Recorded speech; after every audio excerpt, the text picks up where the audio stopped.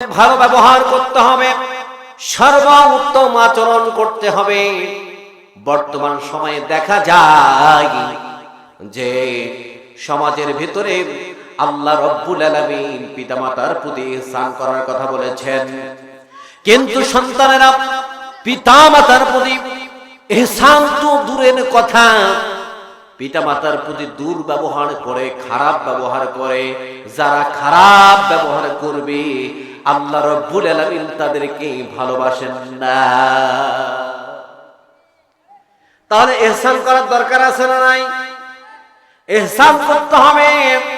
দ্বিতীয় নাম্বার হলো তওবাকারী হতে হবে। যারা তওবা করবে, আমার আল্লাহ সুবহানাহু ওয়া তাআলা জানিয়ে দিয়েছেন আল্লাহ রব্বুল আলামিন তওবাকারীদেরকে ভালোবাসেন। আল্লাহ রব্বুল আলামিন কুরআনুল কারীমের দ্বিতীয় নাম্বার সূরা সূরাতুল বাকারা 222 নম্বর আয়াতের ভিতরে আল্লাহ রব্বুল আলামিন জানিয়ে দিলেন, ইন্নাল্লাহা ইউহিব্বুত তাওয়াবিন। আল্লাহ রব্বুল আলামিন বলেন, নিশ্চয় আল্লাহ রব্বুল আলামিন তওবাকারীদেরকে ভালোবাসেন। যারা জীবনে যত অপরাধ করেছেন, অপরাধ ছাড়া কোন মানুষ খুঁজে পাওয়া যাবে না। আছে নাকি বলেন তো? গুনাহ ছাড়া একজন মানুষকে খুঁজে পাওয়া যাবে নাকি? না, খুঁজে পাওয়া যাবে না। প্রত্যেকটা মানুষের ভিতরে গুনাহ রয়েছে। আমার আল্লাহ রব্বুল আলামিন জানিয়ে দিয়েছেন, যে সকল বান্দারা, যে সকল গোলামেরা আল্লাহ রব্বুল আলামিনের কাছে গুনাহ মাফের জন্য তওবা করবে, আমার আল্লাহ রব্বুল আলামিন তাদের গুনাহগুলোকে মাফ করে দিবেন। বলেন সুবহানাল্লাহ। ও আল্লাহর গোলামেরা, আল্লাহ রব্বুল আলামিন কত সুন্দর করে জানিয়ে দিয়েছেন।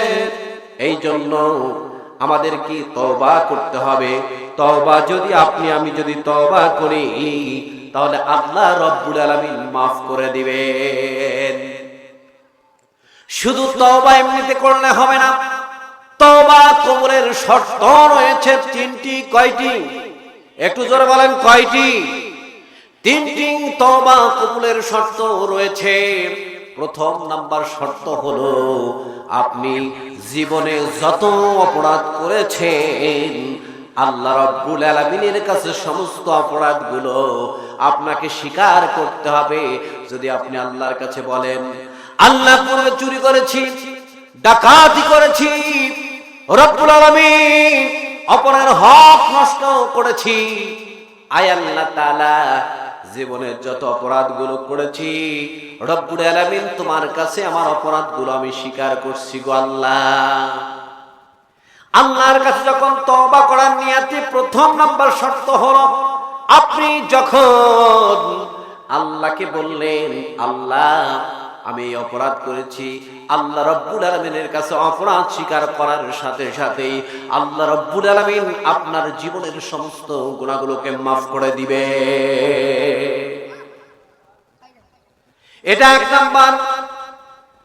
দ্বিতীয় নাম্বার হলো, যারা তওবাকারী হবে, যারা তওবা করবে, দ্বিতীয় নাম্বার হলো তওবা কবুলের দ্বিতীয় নাম্বার শর্ত হলো, আল্লাহ রব্বুল আলামিনের কাছে ওয়াদা করবেন। ওয়াদা করা, আল্লাহকে ডেকে ডেকে বলবেন, রব্বুল আলামিন আয় আল্লাহ তাআলা, জীবনে আগে চুরি করেছি, হক নষ্ট করেছি, ডাকাতি করেছি, মানুষদের মনে কষ্ট দিয়েছি, দুঃখ যন্ত্রণা দিয়েছি, রব্বুল আলামিন তোমার কাছে ওয়াদা করছি আল্লাহ, জীবনে যতদিন বেঁচে থাকবো ততদিন পর্যন্ত আর কোনো অন্যায় কাজের সাথে সম্পৃক্ত থাকবো না। যখন রব্বে কারিমের কাছে এই ওয়াদাটা করবেন, রব্বে কারিম আপনার জীবনের তামাম জিন্দেগির গুনাহগুলোকে আল্লাহ তাআলা মাফ করে দিবে। তিন নাম্বার তওবা কবুলের শর্ত হলো, নিজেকে আল্লাহ রাব্বুল আলামিনের জন্য সুপর্দ করে দিতে হবে। কার জন্য? আল্লাহর জন্য নিজেকে সমর্পণ করে দিতে হবে। যদি আল্লাহ রব্বুল আলামিনের জন্য নিজেকে সমর্পণ করে দিতে পারেন, তাহলে আমার আল্লাহ রব্বুল আলামিন জানিয়ে দিলেন যে আমার ওই বান্দাগুলোকে আমি মাফ করে দিয়া, সমস্ত গুনাহগুলোকে সওয়াবে রূপান্তর করে দিয়া আমার ওই তওবাকারী বান্দাগুলোকে আমি জান্নাত দিয়া দিব। তাহলে শুধু ভুল করবেন আর বলবেন আস্তাগফিরুল্লাহ আস্তাগফিরুল্লাহ, এরকম করে কিয়ামত পর্যন্ত আপনি যদি তওবা করেন, আপনার তওবা আল্লাহ তাআলা কবুল করবে না। কথা বলেন ঠিক না ঠিক? এই জন্য তওবা করতে গেলে তওবার শর্ত পূরণ করে আপনাকে তওবা করতে হবে, তাহলেই কেবলমাত্র আল্লাহ সুবহানাহু ওয়া তাআলা আপনাকে মাফ করে দিবেন। বলেন সুবহানাল্লাহ।